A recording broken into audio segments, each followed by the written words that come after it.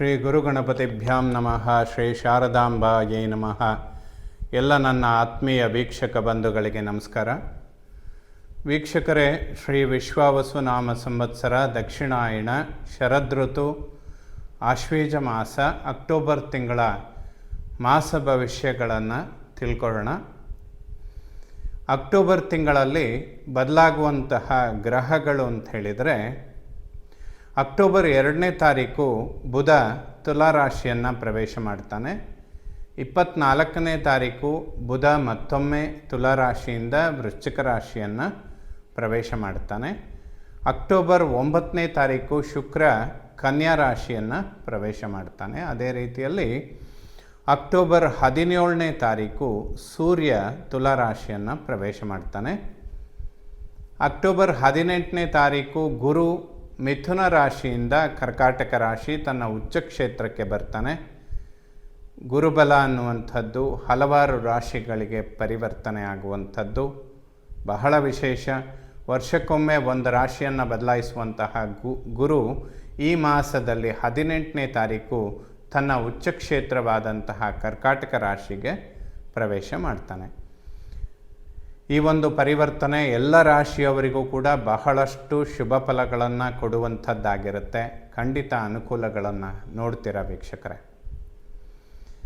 October 27ನೇ ತಾರೀಕು ಕುಜ ತನ್ನ ಸ್ವಂತ ಕ್ಷೇತ್ರವಾದಂತಹ ವೃಶ್ಚಿಕ ರಾಶಿಗೆ ಪ್ರವೇಶ ಮಾಡ್ತಾನೆ. ಇದಿಷ್ಟು ಅಕ್ಟೋಬರಲ್ಲಿ ಬದಲಾಗುವಂತಹ ಗ್ರಹಗಳು. ಅದೇ ರೀತಿಯಲ್ಲಿ 20ನೇ ತಾರೀಕು ಅಕ್ಟೋಬರ್ ನರಕ ಚತುರ್ದಶಿ, ಕೇದಾರೇಶ್ವರ ವ್ರತಾಚರಣೆ ಮಾಡುವಂತಹ ದಿನ.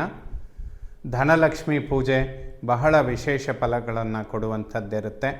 ಶ್ರದ್ಧಾಭಕ್ತಿಯಿಂದ ಆಚರಣೆ ಮಾಡುವಂಥದ್ದು ಖಂಡಿತ ಶುಭ ಆಗುತ್ತೆ. 21ನೇ ತಾರೀಕು ಅಮಾವಾಸ್ಯೆ ಬಲೀಂದ್ರನ ಪೂಜೆ, ಹಾಗೆ 22ನೇ ತಾರೀಕು ದೀಪಾವಳಿ ಹಬ್ಬ. ಎಲ್ಲ ಆಸ್ತಿಕರು ಕೂಡ ಬಹಳ ಒಂದು ಶ್ರದ್ಧೆಯಿಂದ ಆ ಒಂದು ಲಕ್ಷ್ಮೀ ವ್ರತವನ್ನು ಮಾಡಿ ಆ ಅಮ್ಮನವರ ಕೃಪೆಗೆ ಪಾತ್ರರಾಗಿ ಅಂತ ಹೇಳ್ತಾ, ಈ ಅಕ್ಟೋಬರ್ ತಿಂಗಳಲ್ಲಿ ಬದಲಾಗುವಂತಹ ಗ್ರಹಗಳಿಂದ ವೃಷಭ ರಾಶಿಯವರಿಗೆ ಯಾವ ರೀತಿಯ ಫಲಾಫಲಗಳು ಸಂಭವಿಸುತ್ತೆ ಅನ್ನುವಂಥದ್ದನ್ನು ನೋಡೋಣ. ವೃಷಭ ರಾಶಿಯವರಿಗೆ ಬಹಳಷ್ಟು ಅನುಕೂಲಗಳನ್ನು ಕಾಣೋದಕ್ಕೆ ಸಾಧ್ಯ. ಯಾಕೆಂದರೆ ಗುರುಬಲ ಇದೆ, ಶನಿ ಪರಮ ಯೋಗಕಾರಕ. ಒಂದು ರೀತಿಯಲ್ಲಿ ಅವನು ಭಾಗ್ಯಾಧಿಪತಿ, ಕರ್ಮಾಧಿಪತಿ. ನೋಡಿ, ಜೀವನದಲ್ಲಿ 2 ಸ್ಥಾನಗಳು ಬಹಳ ಮುಖ್ಯ. ಒಂದು ಜ್ಞಾನ, ಇನ್ನೊಂದು ಭಾಗ್ಯಸ್ಥಾನ, ಇನ್ನೊಂದು ಉದ್ಯೋಗ ಸ್ಥಾನ. ವೃಷಭ ರಾಶಿಯವರಿಗೆ ಇದೆಲ್ಲದೂ ಕೂಡ ಉತ್ತಮ ಸ್ಥಿತಿಯಲ್ಲಿದೆ. ಏಕಾದಶ ಲಾಭಸ್ಥಾನದಲ್ಲಿರುವ ಶನಿ ಮಹಾತ್ಮನ ಮೇಲೆ ಗುರುದೃಷ್ಟಿ ಕೂಡ ಬೀಳುತ್ತೆ ಅಕ್ಟೋಬರ್ 18ರಿಂದ. ಅಷ್ಟಮಾಧಿಪತಿ ಗುರು 3ನೇ ಮನೆಯಲ್ಲಿರ್ತಾನೆ. Negative house lord in another negative, ವಿಪರೀತ ರಾಜಯೋಗ ಅಂತ ಹೇಳ್ತಾರೆ. ವೃಷಭ ರಾಶಿಯವರಿಗೆ ಅಷ್ಟಮಾಧಿಪತಿ ಗುರು ಪರಾಕ್ರಮ ಸ್ಥಾನದಲ್ಲಿ ಉಚ್ಚ ಕ್ಷೇತ್ರದಲ್ಲಿರ್ತಾನೆ. ಖಂಡಿತ ಇದೆಲ್ಲ ಬಹಳಷ್ಟು ಅನುಕೂಲಗಳನ್ನು ಕೊಡುವಂತಹ ಸಮಯ. ಆದ್ದರಿಂದ ಈ ಸಮಯದಲ್ಲಿ ವೃಷಭ ರಾಶಿಯವರು ಪ್ರಯತ್ನಗಳನ್ನು ಹೆಚ್ಚಿಸಿಕೊಳ್ಳುವಂಥದ್ದು ಖಂಡಿತ ಶುಭ ಆಗತ್ತೆ. ಯಾರ್ಯಾರಿಗೆ ಈ ಸಮಯಗಳಲ್ಲಿ ಸ್ವಲ್ಪ ಗುರುದಶೆ ಇಂಥದ್ದು ನಡೀತಾ ಇರುತ್ತೆ, ಸ್ವಲ್ಪ ಹಿನ್ನಡೆಗಳಿರುತ್ತೆ. ನಾವೆಷ್ಟೇ ಒಳ್ಳೆಯದನ್ನು ಹೇಳಿದರೂ ಕೂಡ ದಶಾನಾಥರು ಮತ್ತು ನಿಮ್ಮ ಹುಟ್ಟುವ ಸಮಯದ ಗ್ರಹಗತಿಗಳು ಅತ್ಯಂತ ಪ್ರಾಮುಖ್ಯತೆಯನ್ನು ಪಡೆದುಕೊಳ್ಳುತ್ತೆ. ಬಟ್ ಇದು ವೃಷಭ ರಾಶಿಯವರಿಗೆ ಬಹಳ ಉತ್ತಮವಾದಂತಹ ಮಾಸ. ಖಂಡಿತ ಒಳ್ಳೆಯದನ್ನು ಎಕ್ಸ್ಪೆಕ್ಟ್ ಮಾಡ್ಬೋದು. ಸ್ವಲ್ಪ ಪ್ರಯತ್ನಗಳನ್ನು ಹೆಚ್ಚಿಸ್ಕೊಂಡ್ರೆ ಖಂಡಿತ ಅನುಕೂಲ ಆಗುತ್ತೆ. ಆರೋಗ್ಯದ ಬಗ್ಗೆ ಹೆಚ್ಚು ಗಮನ ಕೊಡಬೇಕು. ದೀಪಾವಳಿ ಹಬ್ಬದ ಸಮಯಗಳಲ್ಲಿ ಪಟಾಕಿ ಹಚ್ಚುವಂಥದ್ದು, ಇದೆಲ್ಲ ಸ್ವಲ್ಪ ಸೇಫ್ಟಿಗಳನ್ನು ನೋಡ್ಕೊಳ್ಳಿ.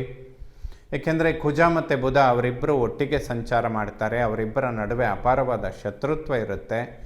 ಜೀರ್ಣಕ್ರಿಯೆ, ಹೊಟ್ಟೆಗೆ ಸಂಬಂಧಪಡುವಂತಹ ಆ ಒಂದು ವಿಚಾರಗಳ ಬಗ್ಗೆ ಹೆಚ್ಚಿನ ಗಮನ ಕೊಡುವಂಥದ್ದು ಸೂಕ್ತ.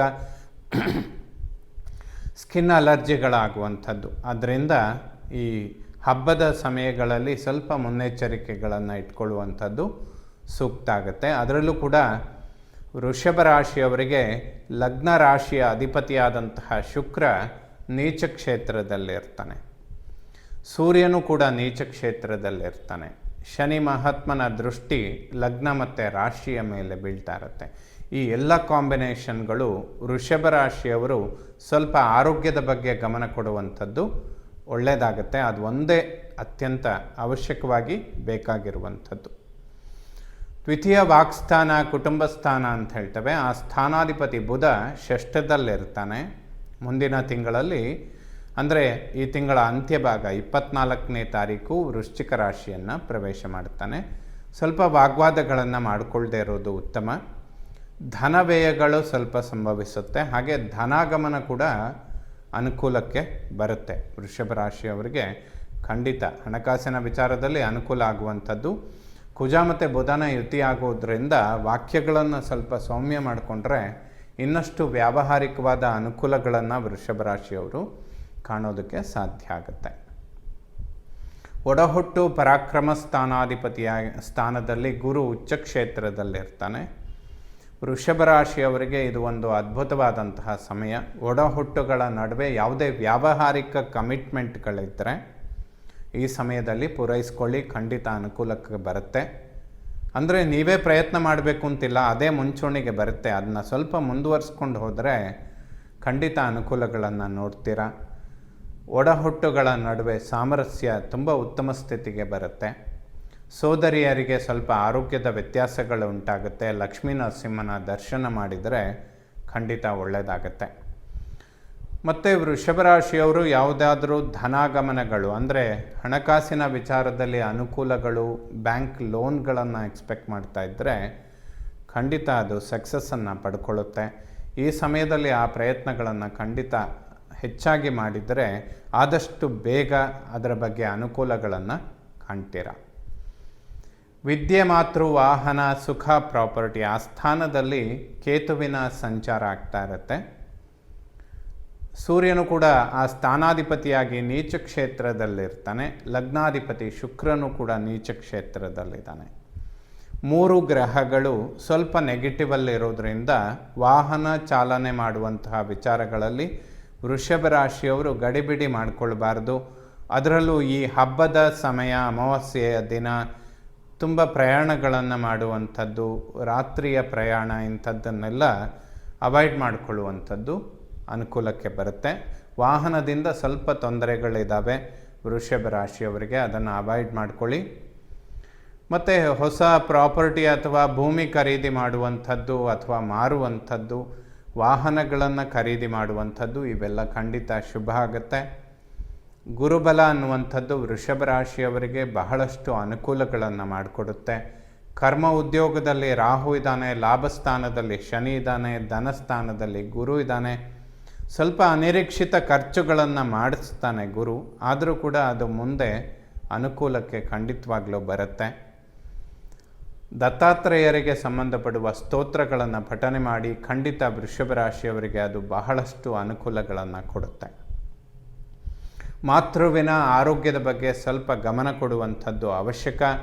ಆ ಸ್ಥಾನದಲ್ಲಿ ಕೇತು ಇರೋದರಿಂದ ಸಣ್ಣ ಪುಟ್ಟ ಸರ್ಜರಿಗಳು ಉಂಟಾಗುತ್ತೆ ಅಂತ ಹೇಳ್ತಾರೆ. ಅಥವಾ ಏನಾದರೂ ಬ್ಯಾಕ್ ಪೈನ್, ಬೆನ್ನು ಹುರಿಯ ಸಮಸ್ಯೆಗಳು ಬರುವಂಥದ್ದು, ಹಾರ್ಮೋನ್ ವ್ಯತ್ಯಾಸಗಳಾಗುವಂಥದ್ದಕ್ಕೆ ಅವಕಾಶಗಳು ಉಂಟಾಗುತ್ತೆ. ಇದಕ್ಕೆ ಗಣಪತಿಯ ಆರಾಧನೆ ಮಾಡುವಂಥದ್ದು ವೃಷಭ ರಾಶಿಯವರಿಗೆ ಖಂಡಿತ ಸೂಕ್ತ. ಜ್ಞಾನ, ಸಂತಾನ, ಪೂರ್ವಪರ ಪುಣ್ಯಸ್ಥಾನದಲ್ಲಿ ಶುಕ್ರ, ಪರಮ ಶುಭನಾದ ಶುಕ್ರ ತ್ರಿಕೋಣದಲ್ಲಿರಬೇಕು ಅಂತ ಹೇಳ್ತೇವೆ. ಆ ರೀತಿಯಲ್ಲಿ 5 ಮತ್ತು 9 ಟ್ರಯಾಂಗಲ್ ಅಂತ ಹೇಳ್ತಾರೆ, ತ್ರಿಕೋಣ ಅಂತ. ಆ ಸ್ಥಾನದಲ್ಲಿ ಶುಕ್ರನ ಸಂಚಾರ ಖಂಡಿತ ವೃಷಭ ರಾಶಿಯವರಿಗೆ ವ್ಯಾವಹಾರಿಕವಾಗಿ ಬಹಳಷ್ಟು ಅಭಿವೃದ್ಧಿಗಳನ್ನು ಕೊಡುವಂತಹ ಮಾಸ ಇದಾಗಿರುತ್ತೆ. ಯಾವುದೇ ಕೆಲಸಗಳಿದ್ದರೂ ಕೂಡ ಖಂಡಿತ ಅದನ್ನು ಒಂದು ಹೆಚ್ಚಿನ ಪ್ರಯತ್ನಗಳನ್ನು ಮಾಡಿ ಯಶಸ್ಸನ್ನು ಪಡೆಯೋದಕ್ಕೆ ಸಾಧ್ಯ ಆಗುತ್ತೆ. ಷಷ್ಠ ಶತ್ರು, ಋಣ, ರೋಗಸ್ಥಾನ, ಕುಜ, ಬುಧ ಮತ್ತು ಸೂರ್ಯ ಈ 3 ಗ್ರಹಗಳು 6ನೇ ಮನೆಯಲ್ಲಿ ಸಂಚಾರ ಮಾಡುವಂಥದ್ದು. ಯಾವುದೇ ಶತ್ರುಬಾಧೆಗಳಿರುವುದಿಲ್ಲ, ಅಭಿವೃದ್ಧಿಗಳನ್ನು ಕಾಣ್ತೀರ. ಸ್ವಲ್ಪ ಉಷ್ಣ ಪ್ರಕೋಪಗಳು ಅಥವಾ ಜೀರ್ಣಕ್ರಿಯೆಯ ಸಮಸ್ಯೆಗಳು ವೃಷಭ ರಾಶಿ ಅಥವಾ ವೃಷಭ ಲಗ್ನದವರಿಗೆ ಉಂಟಾಗುತ್ತೆ.